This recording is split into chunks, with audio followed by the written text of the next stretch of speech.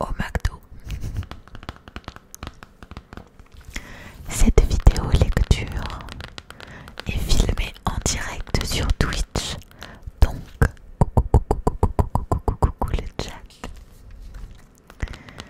Nous allons lire la merveilleuse histoire Le renard sans malice, malice, malice, malice, malice, malice.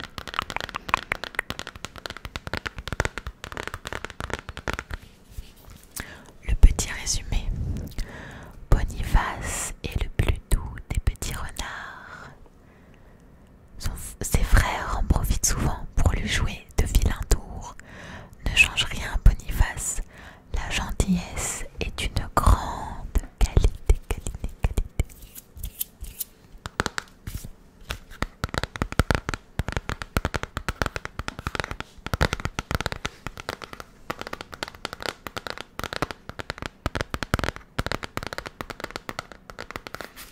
Donc c'est parti. Je vous montre quelques illustrations. Donc, il était une fois un petit renard très doux appelé Boniface. Contrairement à tous les renards de sa famille, il se montrait incapable de la moindre ruse. Quand il s'amusait à renard perché avec ses frères futés et astucieux, il se faisait toujours avoir. Regarde, Boniface, une coccinelle bleue là-bas, s'exclamait astucieux. Et Boniface, au lieu de monter sur une souche d'arbre, penchait le museau dans l'herbe, essayant d'apercevoir une coccinelle qui n'existait pas. Pendant ce temps-là, ses frères avaient largement le temps, eux, d'atteindre un perchoir.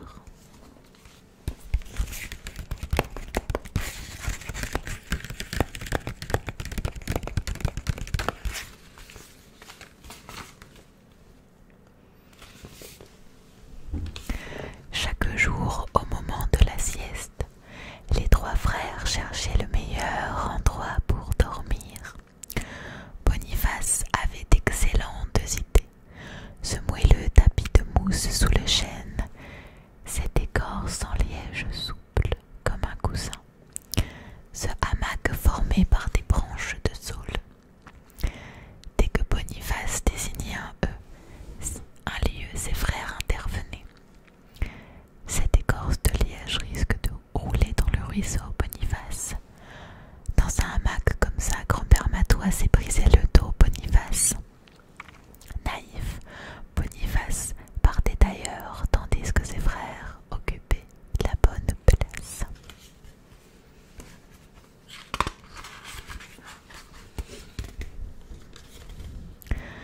Finot, de sa grande sœur, lui répétait sans cesse: « Mon pauvre Boniface, tu manques terriblement de malice. Comment ne repères-tu pas les tours qu'il te joue ?» Mais Boniface souriait, disait que ce n'était pas grave et préférait vivre à sa façon. Et ses parents, malgré leur étonnement devant un renardeau si peu rusé, le laissaient pousser ainsi. Pourquoi rendre méfiant un enfant si confiant?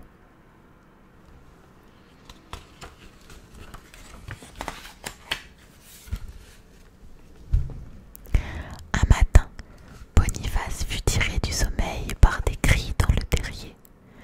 Maman et papa renard affolaient chercher Finaude, qui avait disparu. Futé l'avait vu sortir de bon matin. Elle l'avait prévenu qu'elle allait admirer les perles de rosée sur les fleurs et qu'elle rentrerait vite. Malheureusement, elle n'était pas revenue. Astucieux proposa d'inspecter les chemins de la forêt. Forcément, avec leur flair, il retrouverait sa trace.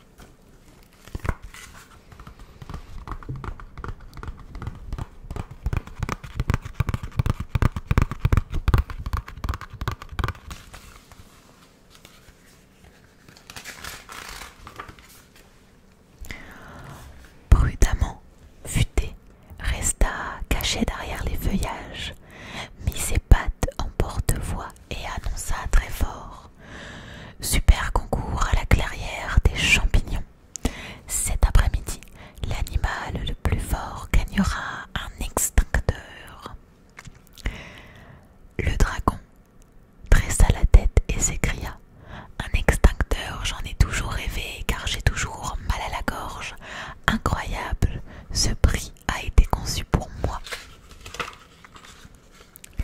Cependant, il ne bougea pas, car il réfléchissait et scrutait les buissons. Futé, qui souhaitait l'éloigner au plus vite de Vinod, changea de buisson et recommença son annonce. Super concours à la clairière des champignons, l'animal le plus fort. Inutile d'insister, renard, j'ai vu ta queue, cria le dragon. Futé avait échoué.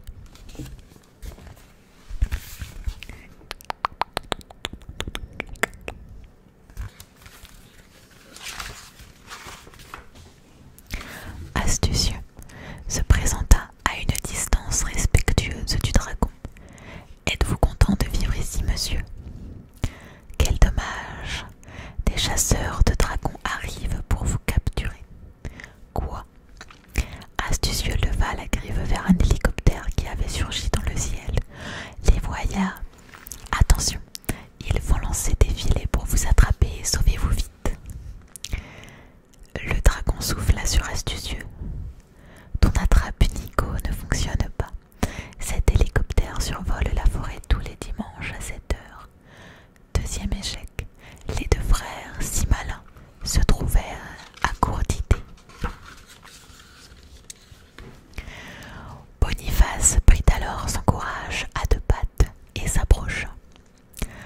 Avec toute sa candeur, expliqua au dragon combien il s'inquiétait pour sa sœur chérie. Vinod a peur du noir, pourquoi la gardez-vous? Je me sens seule dans cette forêt, répondit le dragon. Personne ne me rend visite. J'aimerais bien quelqu'un avec qui discuter. Moi, je viendrai vous parler, monsieur le dragon. Je viendrai même jouer avec vous, je vous le jure. Mais s'il vous plaît, libérez ma sœur Vinod. En dévisageant ce renardeau sans malice, le dragon lui fit confiance et il